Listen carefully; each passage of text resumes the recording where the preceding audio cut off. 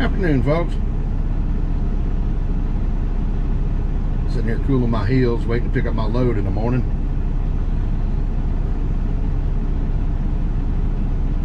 Browsing through the news, and every once in a while I see a news story and maybe something y'all don't see, you know, on your nightly news. And I feel it's something that you should maybe look into and pay attention to, because while it's just talk now, it could be really important here in the near future. And what this one concerns is nitrogen limits. There's been some countries in Europe, Netherlands, I believe Italy, that are placing strict nitrogen limits on their farmers. What it boils down to is just about every crop in the world requires nitrogen to grow. That's when you fertilize something, that's the main component you're putting into the soil to make the plants grow, is nitrogen. And they do this in different ways. They have, you know, dried urea, and they do it with liquid, and they have that. They put anhydrous ammonia down because when it hits the ground and the ammonia goes away, what's left is nitrogen. But anyways, these European countries have put severe limits, and what it's going to end up doing, going to put these farmers out of business. They also want to put severe limits on the amount of livestock they can have. Now, what if you was a cattle farmer, had you 1,000 acres? Say you had you a good 400 head of cattle. All of a sudden the government come in and say, nay, nay, nay, you're polluting the earth with your cattle. You have to cut back to 50 head of cattle. That's the max you can have. Well, if you're trying to support a 1,000 acre ranch, you ain't gonna do it with 50 head of cattle.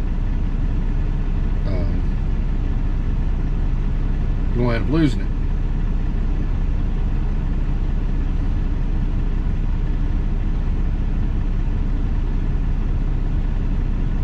In the way they say that the cows doing what cows do, they eat grass and they poop. Well, when they poop, there's nitrogen in that poop. That's why manure makes such good fertilizer.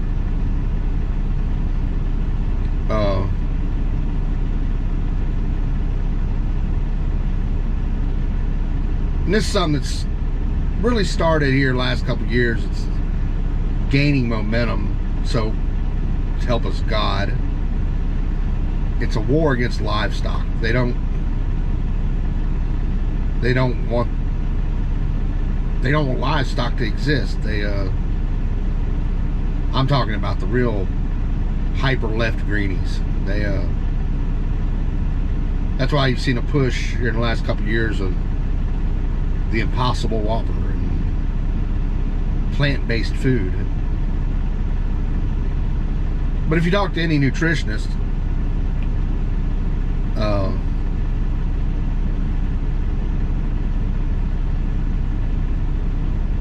your body is designed to eat meat. And there's certain vitamins and minerals. I'm going to say the only way you can get them is through beef or pork or chicken or fish. But it's by far the most efficient way to get them. That's why when you see a good hardcore vegan, they usually look like a cadaver. They're not getting the nutrients that their body needs.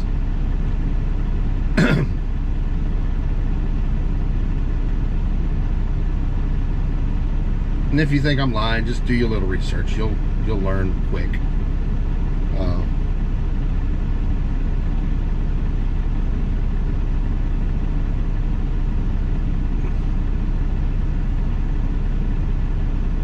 You say, well, you can get your protein and iron from broccoli, or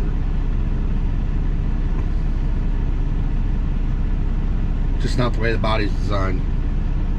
Not saying anything against vegetables. I love vegetables. I eat vegetables too. But your body needs meat. But they're on a push right now to convince us that 90% of the pollution in the world today is from cow farts. And to answer that, we just got to get rid of cattle.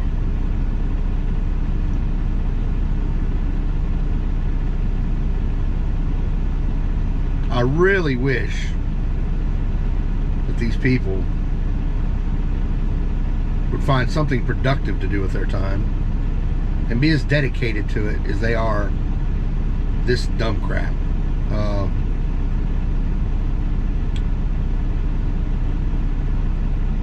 You know, why not hunting the cure for cancer? Or if you just want to be Mr. Greenie, how about making a internal combustion engine that runs on water or something like that, you know?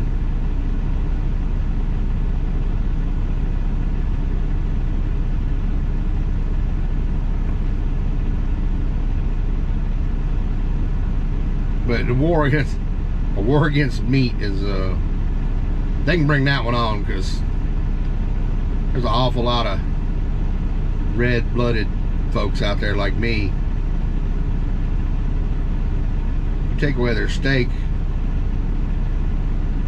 a good old hamburger every now and again, they liable to get a little upset.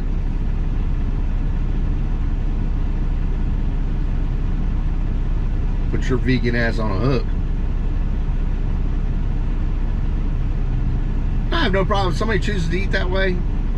More power to them. Have at it. When I have a problem is when they believe it, so they're going to find some way to force their beliefs onto me and make me conform to their beliefs.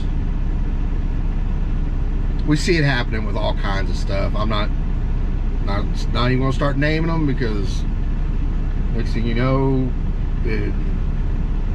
my video will be red flagged and won't nobody see it. So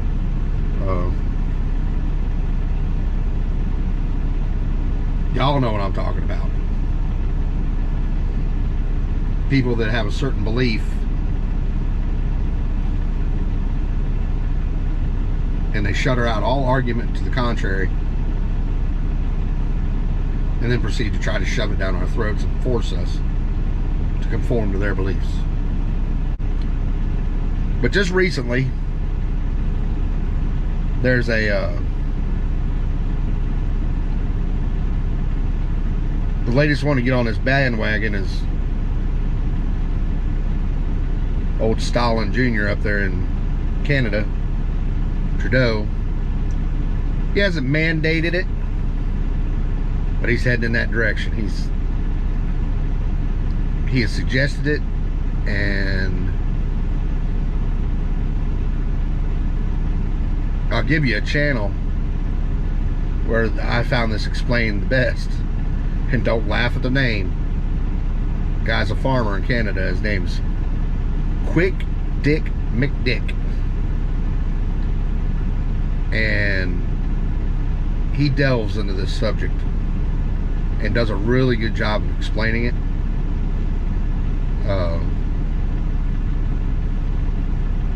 And if you look at his channel, he's got he does that with a lot of things about, you know, oil and diesel and this, that, and the other. He like I say, he's a farmer. He's just trying to make a living. And to boot, he's pretty damn funny.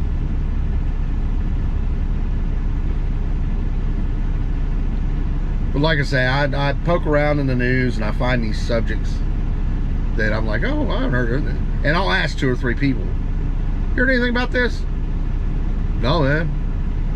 And if you know, nobody's heard about it, well, it's something that the word needs to put out on, because this is one of those things that the government will implement it, and by the time we realize they've screwed up,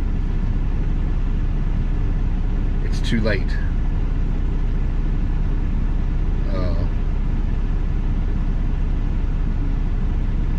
We really got to get our government in check, folks. Government in this country is supposed to be for the people, by the people. Right now, it's for the elites, by the elites. They really don't give a damn about anybody else. We've got to get a handle on them. Just about every November. This requires you peeling your butt up off the couch, going down there and placing a vote. Do a little research before you place your vote. Make sure you're voting the right way.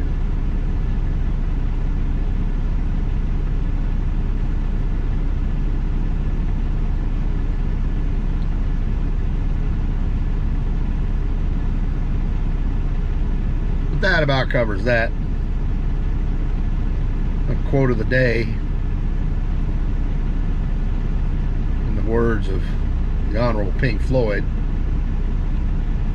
"You, sir, are but another brick in the wall." Y'all have a grand day. I'll catch you on the flip side.